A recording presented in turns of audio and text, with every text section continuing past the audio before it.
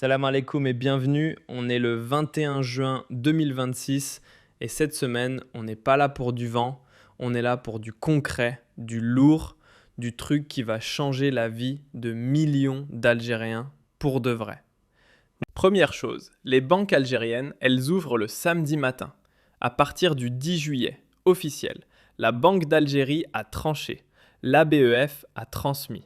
Et ce n'est pas rien, parce que depuis 2009, depuis qu'on a basculé sur le week-end vendredi-samedi, les guichets, le samedi, c'était mort. Eh bien, dès le 10 juillet, 9h à midi, c'est ouvert. Deuxième chose, l'apostille. Le 8 juillet, l'Algérie intègre enfin ce système international qui va, et je pèse mes mots, supprimer le cauchemar de la légalisation des documents. Plus de 120 pays concernés. Pour la diaspora, c'est une révolution. Troisième chose, la FAF a dégainé. Recours officiel déposé à la FIFA après l'arbitrage scandaleux du match contre l'Argentine. On revient dessus en détail. Et quatrième chose, les Fennecs sont déjà à San Francisco. Concentrés, déterminés. Parce que dans la nuit du 22 au 23 juin, face à la Jordanie, c'est tout ou rien. 4 sujets. On prend le temps, on décortique tout. C'est parti. Partie 1. Les banques algériennes ouvrent le samedi. Ce que ça change pour vous. Alors, on commence par le plus concret, le plus tangible. Le truc qui va toucher directement votre quotidien. Le 10 juillet 2026, retenez cette date, parce qu'à partir de ce jour-là, aller à sa banque le samedi matin, c'est fini de rêver. C'est réel, c'est officiel. La Banque d'Algérie a instruit tous les établissements bancaires du pays d'ouvrir chaque samedi de 9h à midi. La directive est passée par l'ABEF, l'Association professionnelle des banques et des établissements financiers, envoyée à tous les directeurs généraux le 17 juin 2026. Courrier numéro 148/2026. Pas de zone grise, pas d'exception. Toutes les agences sur tout le territoire national, sans exception aucune. Maintenant, pour vraiment mesurer ce que ça représente, il faut remettre les choses dans leur contexte. Depuis 2009, depuis qu'on a basculé sur le week-end vendredi-samedi, les banques, elles étaient mortes le week-end, complètement fermées. Les Algériens n'avaient accès aux services bancaires que du dimanche au jeudi. Et ça voulait dire quoi concrètement? Ça voulait dire que des millions de salariés devaient poser une demi-journée de congé en semaine juste pour aller à la banque. Juste pour ça. Demander un congé pour gérer son argent, c'était la réalité vécue chaque mois par des millions de personnes. Et d'autres secteurs avaient déjà compris le problème bien avant.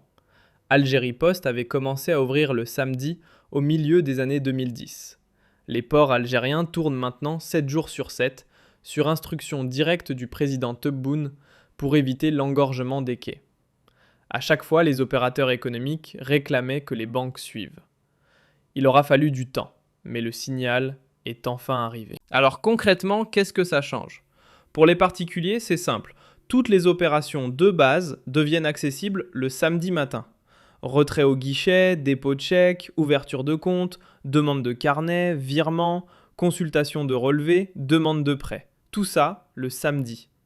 Pour quelqu'un qui n'a jamais une minute libre en semaine, c'est une révolution dans son rapport à son propre argent. Pour les opérateurs économiques, l'impact est encore plus fort. Un commerçant qui tourne 6 jours sur 7 et qui doit déposer ses recettes. Un entrepreneur qui a besoin d'un virement urgent pour débloquer une livraison. Ces situations, elles sont quotidiennes dans l'économie algérienne.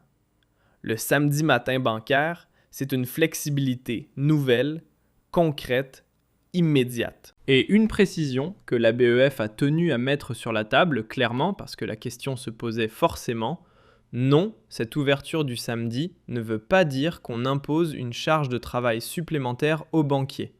Les établissements sont invités à réorganiser les horaires, notamment en réduisant de 4 heures le jeudi, ou selon toute autre formule qui maintient le volume horaire légal. C'est une redistribution du temps de travail sur la semaine, pas une surcharge. Et tout ça ne sort pas de nulle part. En juin 2026, la Banque d'Algérie avait déjà validé 5 réformes majeures. La carte CIB à débit différé, le paiement par QR code interbancaire, l'ouverture des web marchands algériens aux paiements internationaux, l'ouverture du samedi vient s'ajouter à tout ça. Et l'image qui se dessine, c'est celle d'un système bancaire algérien qui travaille plus, qui est plus accessible, qui est enfin numérique. Un système bancaire en phase avec son époque. Partie 2. L'apostille arrive le 8 juillet. La fin du calvaire administratif pour la diaspora. Deuxième sujet. Et celui-là, il est pour tous les Algériens de l'étranger. Et ils sont des millions. Parce que ce qu'on annonce ici, c'est quelque chose qu'ils attendaient depuis des décennies. Dans moins de 20 jours, le 8 juillet 2026, l'Algérie lance officiellement le système apostille sur tout son territoire. L'apostille, c'est quoi exactement? C'est un système international de certification des documents publics créé par la Convention de La Haye du 5 octobre 1961. Aujourd'hui, plus de 120 pays dans le monde sont signataires. Et le principe y est à la fois simple et révolutionnaire.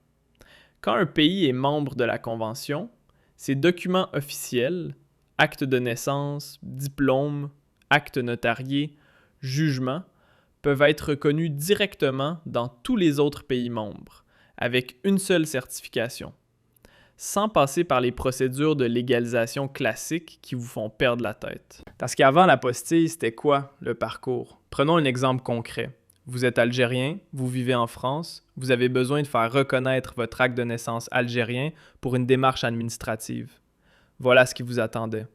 Certification par l'administration locale algérienne, envoi au ministère concerné pour légalisation intermédiaire, passage par le ministère des Affaires étrangères à Alger, puis soumission au service consulaire. Des semaines, des mois parfois, des allers-retours coûteux. Et la moindre erreur, un tampon manquant, une signature qui ne correspond pas, et vous recommencez tout depuis zéro. Avec l'apostille, tout ça, c'est terminé. Un seul tampon, une seule démarche, et le document est accepté dans les 120 pays membres.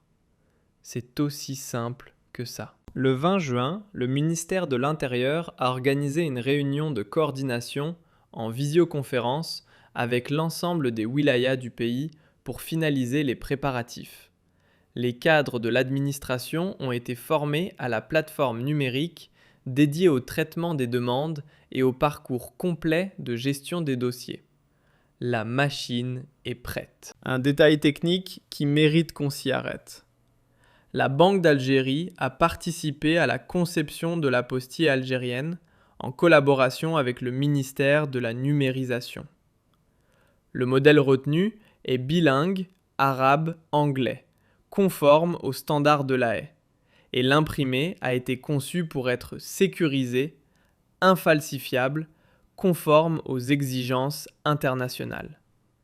On ne fait pas les choses à moitié. La mise en œuvre officielle, c'est le 8 juillet 2026 en Algérie et dans tous les consulats et ambassades à l'étranger. Les demandes passeront par une plateforme numérique développée par le ministère de la numérisation. Et la généralisation à l'ensemble des ministères et institutions est prévue avant la fin de l'année 2026. Pour la diaspora algérienne, c'est une libération. Ce mot n'est pas trop fort. L'apostille supprime l'un des freins les plus pénibles aux relations administratives entre les Algériens de l'étranger et leur pays. Elle facilite les démarches de naturalisation, de reconnaissance de diplômes de mariage international, de succession, d'investissement. Ce n'est pas une réforme technique, froide et bureaucratique. C'est une réponse concrète, humaine, à un parcours du combattant qui a trop longtemps écrasé nos concitoyens de la diaspora. Partie 3. La FAF dépose un recours à la FIFA. La polémique arbitrale ne retombe pas. On passe au troisième sujet. Et celui-là, il est sportif en apparence, mais en réalité, il dépasse largement le football. Le 20 juin 2026, la Fédération algérienne de football a officiellement déposé un recours auprès de la FIFA. Le sujet, l'arbitrage du match Algérie-Argentine du 17 juin. Et le recours porte sur 2 points précis. Premier point, et c'est le plus emblématique, la faute de Messi sur Aïssa Mandi à la 31e minute. L'action, vous l'avez vu, Messi pose ses crampons derrière le mollet de Mandi lors d'une intervention au sol. L'arbitre polonais Szymon Marciniak ne sort rien, la VAR ne rappelle pas l'arbitre. Résultat, une vague de réactions dans la presse internationale. Des analystes arbitraux au Brésil, en Espagne, en Italie, en France, unanimes, Messi méritait au minimum un carton jaune. Beaucoup parlent d'expulsion directe. Deuxième point, le but annulé à la 8e minute pour hors-jeu litigieux d'Ibrahim Maza. La VAR a conclu que son épaule dépassait d'une fraction de centimètre. La FAF conteste aussi cette décision. Maintenant, soyons honnêtes sur ce que ce recours peut concrètement produire. Juridiquement, c'est complexe.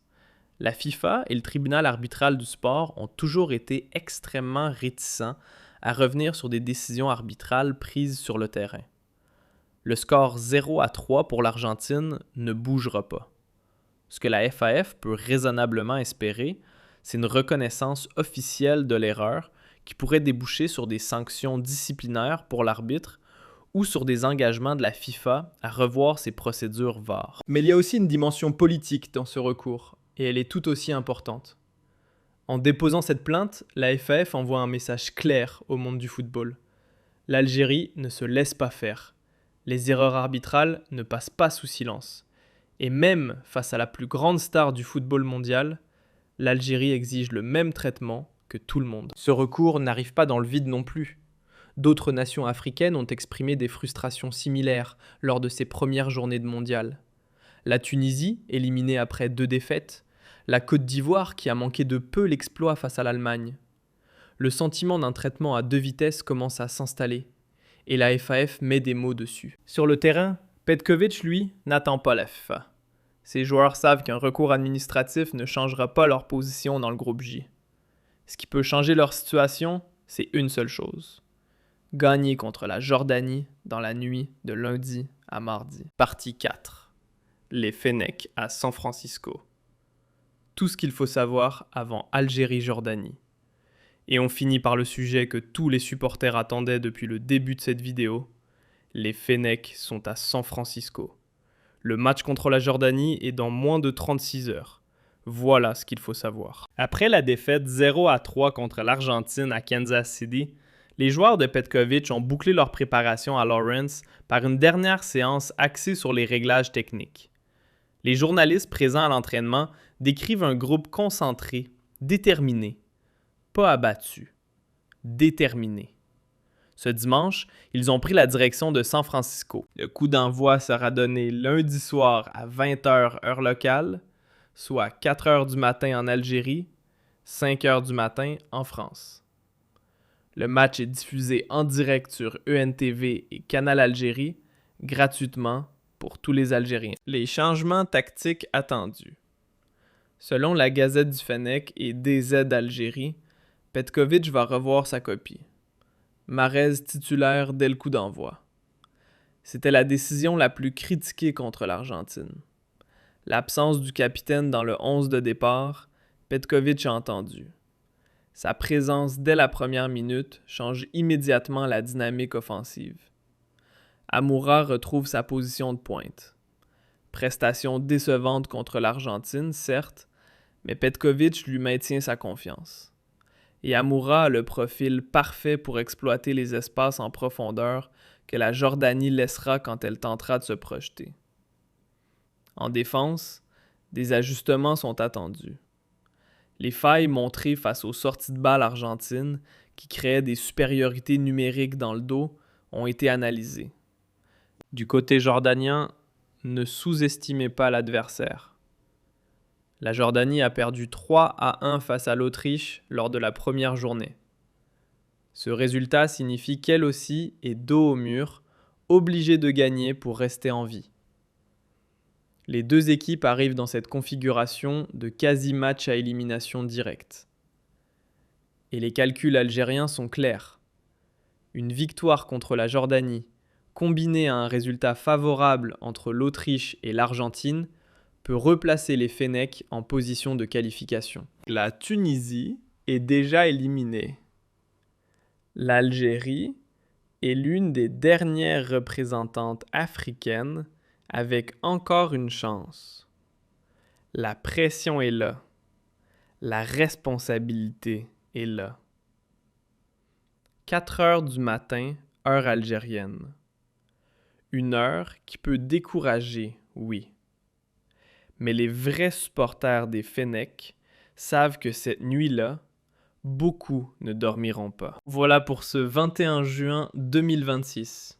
Les banques ouvrent le samedi, dès le 10 juillet, 9 h à midi, partout sur le territoire. L'apostille est opérationnelle le 8 juillet. Fin du calvaire administratif pour la diaspora dans 120 pays. La FAF a déposé son recours à la FIFA, symboliquement fort, juridiquement incertain. Et les Fennecs sont à San Francisco, concentrés, déterminés, avec une seule chose en tête. Mardi 23 juin, 4 h du matin, heure algérienne. Algérie contre Jordanie. Match de la dernière chance. La qualification est encore possible. Le rêve est encore vivant. L'Algérie avance dans ses banques, dans ses administrations, dans les couloirs de la FIFA et sur les pelouses américaines. Likez si cette vidéo vous a apporté quelque chose. Abonnez-vous pour ne rien rater.